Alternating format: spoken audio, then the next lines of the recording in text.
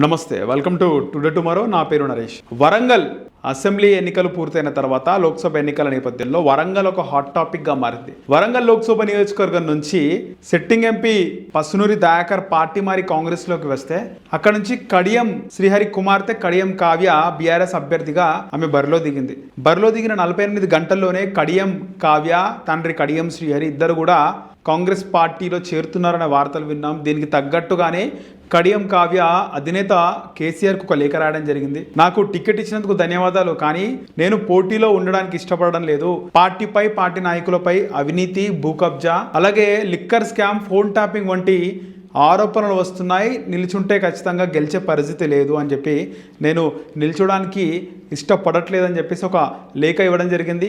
ఆ మరుసటి రోజే పార్టీకి రాజీనామా, కాంగ్రెస్ పార్టీలో చేరిపోవడం జరిగింది. ఇక్కడ కడియం శ్రీహరి షెడ్యూల్ క్యాస్ట్ ఎస్సీలో ఒక బైండ్ల సామాజిక వర్గానికి చెందినటువంటి వ్యక్తి. సో కాంగ్రెస్ పార్టీ చూసుకుంటే పెద్దపల్లిలో గడ్డం వివేక్ వంశీకృష్ణకి ఇవ్వడం జరిగింది. వెంకటస్వామి మనవడు, వివేక్ కొడుకు, ఒక ఎస్సీ మాల సామాజిక వర్గానికి చెందినటువంటి వ్యక్తి. అలాగే నాగర్ కర్నూల్లో కూడా మల్లు రవి ఒక ఎస్సీ మాల సామాజిక వర్గానికి చెందినటువంటి వ్యక్తి. ముఖ్యంగా తెలంగాణలో ఎస్సీలలో మాలల కంటే మాదిగల ఓటు బ్యాంక్ ఎక్కువ ఉంది, మాదిగల జనాభా ఎక్కువ ఉంది. సో మాదిగలకు టికెట్ ఇవ్వాలి. సో 3 ఎస్సీ రిజర్వ్డ్ నియోజకవర్గాల్లో 2 మాలలకి ఇచ్చినారు. ఖచ్చితంగా ఈ యొక్క వరంగల్ టికెట్ని మాదిగలకి ఇస్తారని చెప్పేసి మందకృష్ణ మాదిగ, ఇతర మాదిగ నాయకులు ఎక్స్పెక్ట్ చేశారంట. కానీ అనూహ్యంగా సిట్టింగ్ ఎంపీ పసునూరి దయాకర్ ఒక మాదిగ సామాజిక వర్గం, ఆయన కాంగ్రెస్లోకి పోయినా కూడా ఆయనకు టికెట్ ఇవ్వకుండా కడియం శ్రీహరి అంతర్గతంగా చర్చించారు. ఇక్కడ పార్టీ టికెట్ తీసుకొని ఇంటర్నల్గా చర్చించి 3 రోజుల తర్వాత పార్టీ మారడం జరిగింది.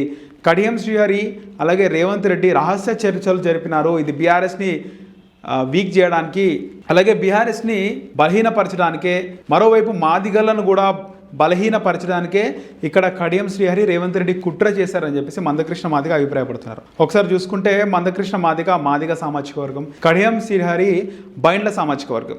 ఒకవేళ కడియం శ్రీహరి కూతురు కడియం కావ్య గనక వరంగల్ నుంచి బీఆర్ఎస్ అభ్యర్థిగా పోటీ చేసి ఉంటే అక్కడ కాంగ్రెస్ నుంచి ఖచ్చితంగా పసునూరి దయాకర్ లాంటి వ్యక్తి పోటీ చేయవలసి వస్తుండే. ఎందుకంటే పసునూరి దయాకర్ సిట్టింగ్ ఎంపీ. ఒకవేళ పసునూరి దయాకర్ కాకపోతే అక్కడ నుంచి మరో మాదిగ సామాజిక వర్గం కాంగ్రెస్ నేత ఉన్నారు, దొమ్మాటి సాంబయ్య, ఆయన ఉన్నారు, దొమ్మాటి సాంబయ్య. అలాగే సదానందం అనే ఒక ట్రాన్స్కో జెన్కోకి చెందినటువంటి ఒక ఎలక్ట్రిక్ సిబ్బంది అధికారి, ఆయన ఉన్నారు, ఆయన మాదిగ సామాజిక వర్గం. సుగుణ అనే ఒక మాదిగ సామాజిక వర్గానికి చెందినటువంటి, మొన్న రీసెంట్గా జరిగిన అసెంబ్లీ ఎన్నికల్లో కడియం శ్రీహరి పైన స్టేషన్ కాన్పూర్లో నిల్చొని ఓడిపోయింది. సో ఆమె రేస్లో ఉంది. ఇలా పసునూరి దయాకర్కి టికెట్ రాకపోయినా కూడా కాంగ్రెస్లో చాలామంది మాదిగ నాయకులు ఉన్నారు. వాళ్ళందరినీ కాదని రహస్య చర్చలు జరిపి కడియం శ్రీహరిని పార్టీలోకి తెచ్చి వాళ్ళ కూతురికి టికెట్ ఇచ్చినాం. మొత్తం రాష్ట్ర వ్యాప్తంగా 3 ఎస్సీ రిజర్వ్డ్ నియోజకవర్గాలు ఉంటే ఒక్క నియోజకవర్గాన్ని కూడా మాదిగలకు ఇయ్యలేదని చెప్పేసి మందకృష్ణ మాదిగ అభిప్రాయపడ్డారు. ఇందులో ఖచ్చితంగా వాస్తవం ఉంది అని మనం అనుకోవాలి. మరోవైపు బీజేపీ చూసుకుంటే భారతీయ జనతా పార్టీ పెద్దపల్లిలో గోమస శ్రీనివాస్కి ఇచ్చింది భారతీయ జనతా పార్టీ టికెట్. అలాగే ఇక్కడ నాగర్ కర్నూల్లో రాములు కొడుకు భరత్ ప్రసాద్కి టికెట్ ఇవ్వడం జరిగింది. మళ్ళీ వరంగల్లో చూసుకుంటే ఆరూరి రమేష్కి ఇచ్చింది. మాదిగలకు పెద్దపీట వేసింది ఏది, భారతీయ జనతా పార్టీ. ఇక్కడ మందకృష్ణ మాదిగ కూడా భారతీయ జనతా పార్టీకే సపోర్ట్ చేస్తున్నారు.